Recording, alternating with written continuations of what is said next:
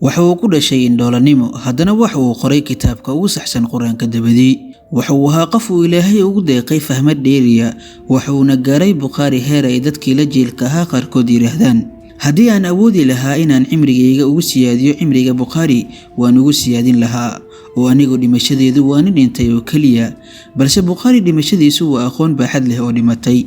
kusoo dhawaada daawadayaal taariikhda mid ka mid ah culimadii Islaamka. أبو عبد الله محمد ابن إسماعيل ابن إبراهيم ابن مقيرة ابن بردسبة البخاري وحو دشي سندي بقلا فريسغاشك هجريغا وحونا كو دشي مغالada بخارى وهادن كترسن ودنka أوزبكستان. ehelkiisa qofkii ugu horeeyay ee islaamay wuxuu ahaa awowgiisa Al-Muqira ibn Bardasaba, waxaana soo islaamiyay gudoomiyihii Bukhara ee Al-Yaman Al-Jacfi. aabihiisna isagoo yar ayuu dhintay, hooyadiis ayaana soo korisay. Bukhari yaraantiisii waa uu indhala, hooyadiina waxay ahayd qof wanaagsan oo Ilaahay ku xiran, waxayna mar waliba u bari jirtay Ilaahay. markii dambena waxay ku riyootay Nabi Ibraahim oo riyo ugu yimid oo ku leh gabar yahay Ilaahay wiilkaagii aragiisii waa uu soo celiyay duca badnaantaada awgeed. aragiisii oo qor wiilkaasi Ilaahay umuusan soo celine ee waxa uu ugu deeqay awood xifdin iyo garaad badnaan sida loo helo ay adag tahay. isagoo aan 10 jir gaarinna quraanka ayuu xifdiyay, hooyadiina aqoonta way jeclaysiin jirtay. mar waliba lagama weyn jirin goobaha culimada maadaama ay Bukhara wagaasi ahayd xarun aqooneed. waxa uu iskaga dabalaaban jiray goobaha aqoonta ee culimada joogaan, wuxuuna imaan jiray oo casharada dhageysan jiray isagoo bilaa buug ah. muddo bil ah haddii uu xaaladda ku jirayna ciyaalkii ayaa maalintii dambe ku jeesjeesay iyagoo ku dhaleecaynaya inaanu waxba diiwaan gashan, halka iyaga ereyga ka soo baxa afka macalinka ee qalinka iyo buugga ku boobayeen. markaasuu ku yidhi bal soo saara buugaagtiina aan idinka qiimeeyo sida aad wax u qorteen. haddii ay soo saareenna waxa uu dusha ugu yeeriyay 15,000 oo xadiis oo uu xifdisanaa oo xataa sanadkoodii iyo raggii soo wariyay ay la socdeen. waxa uu isagoo daadii 16 jir ka hooseeya xifdiyay kutubtii imaamiyadii isaga ka horeeyay. xadiisyadana heer ayuu ka gaaray, isagoo 16 jir ah ayaa isaga iyo walaalkii Axmed hooyadood u kaxaysay xajka. halkaas ayuu kaga haray Bukhari oo aqoonta ka sii anbaqaaday. hooyadii iyo walaalkiina waxa ay u laabteen Bukhara, isaguna 6 sanadood ayuu ku sugnaa xarameynka. markii dambena daafaha dunida Islaamka ayuu hadba meel u safraayay si uu culimada ugu soo qaato aqoonta. magaalo weyn oo caalamkaasi Islaamka ka mid ahayd oo aanu teginna waa yarayd. Bukharina waxa uu yiri deegaamada Islaamka cagta ayaan wada dhigay, waxaana wax ka bartay 180 shiiq. xadiis walibana tirada ragga soo wariyay ayaan ku xusayaa. macallimiintiisaasna waxaa ka mid ah Ahmad ibn Hanbal. dadaalkii uu Bukhari galay waxay ka soo wariyaan ardaydii iyo dadkii ka agdhawaa in markii ay habeen meel u wada hoydaan uu soo toosi jiray 17 jeer oo inta faynuus daarto xadiis qorqori jiray oo kala maareyn jiray.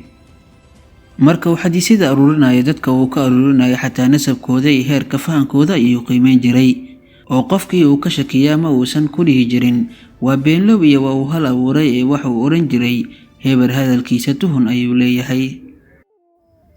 Bukhari waxa uu qoray wax ka badan 20 kitaab oo aqoonta diinta ah oo uu ka mid yahay kitaabkiisii ugu saxsanaa adduunka kitaabka Quraanka dabadii. waxaana ugu caansan kutubtiisii Saxiixul Bukhari, waana kitaabkii ugu horeeyay ee xadiista saxiix ah lagu aruuriyo.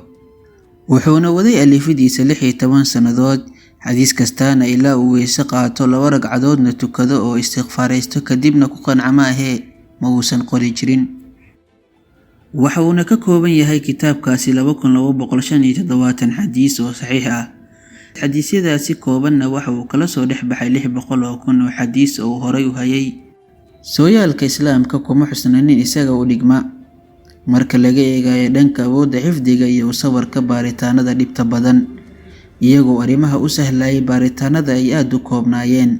markii uu intaasi oo dhan u dulqaatayna waxa uu noqday caalim ku xeel dheer aqoonta xadiiska ee ah asalkan labaad ee ummadan Islaamka ku dhaqmayso. wuxuuna kaga fiicnaaday macallimiintiisii iyo xataa carabtii oo dhan isagoo haddana aan carab ahayn. samirkiisii iyo juhdigiisiina waxa uu dhalay in ilaa iyo maanta meel kasta oo muslim jooga magaciisa looga celcelinayo. inta adduunkani muslim joogana sidaas ayaa looga celcelinayaa. kitaabka Saxiixul Bukharina waxa uu yeeshay saameyn ballaaran, waxa uu noqday in si rasmi ah loogu laabto aqoonta xadiiska oo shaki la'aan ah, aqoonta iyo aqoon-yahanadana kaalin cid gaarta ee yar tahay ayuu ku leeyahay. markii dambena Bukhaari waxa uu degay Nisaabuur, markiibana waxaa ka daba shaqeeyay qolo wadaada ah oo dhibsaday heerka uu magaciisu gaaray iyo kaalinta uu joogo, waxayna ka dhex shaqeeyeen isaga iyo gudoomiyihii magaaladaas iyagoo u sameeyay tuhno iyo xumaano fara badan. taasina waxay ku sababtay inuu u laabto xaruntiisii rasmiga ahayd ee Bukhara, halkaasna loogu soo dhaweeyay sidii inuu yahay hogaamiye ciidan oo magaalada furtay. maalin ayuu hogaamiyaha magaaladaasi ee Khalid ibn Ahmad ad-Duhali u soo diray fariin sidii isagoo ugu yeeray qasriga si uu u akhriyo axaadiista nebiga. Bukhaarina waxa uu ku jawaabay, waxaad ku tiraahdaa aqoonta ma duleynaayo oo uma qaadayo albaabada madaxda. haddii uu wax u baahan yahay cilmigaani ha igu yimaado masjidkayga ama gurigayga. haddii aysan taasi cajabinna, asaga ayaa suldaankiiya ee ha iga mamnuuco golayaasha inaan aqoonta ku baahiyo, si diidmadaasi ilaahay agtiisa ay cudurdaar iigu noqoto maalinka qiyaame in aanan wax aqoona qarinin ee aan wada baahiyey wixii aan bartay oo dhan. gudoomiyihii oo arrintan ka carooday ayaa waxa uu musaafuriyey tuulo u dhow Samarqanda. tuuladaas ayuu ku noolaa intii noloshiisii ka dhinayd, wuxuuna geeriyooday sanadii 256 hijriga. waxaana laga dhaxlay aqoontaas ilaa maanta meel kasta oo qof islaamhi joogo lagu xusaayo. ee xadiiska la yiraahdo Bukhaari ayaa soo wariyay oo saxiixiisa ayuu ku jiraa, cid hadal ka soo celinaysa aanu jirin. وبالله التوفيق والسلام عليكم ورحمة الله وبركاته.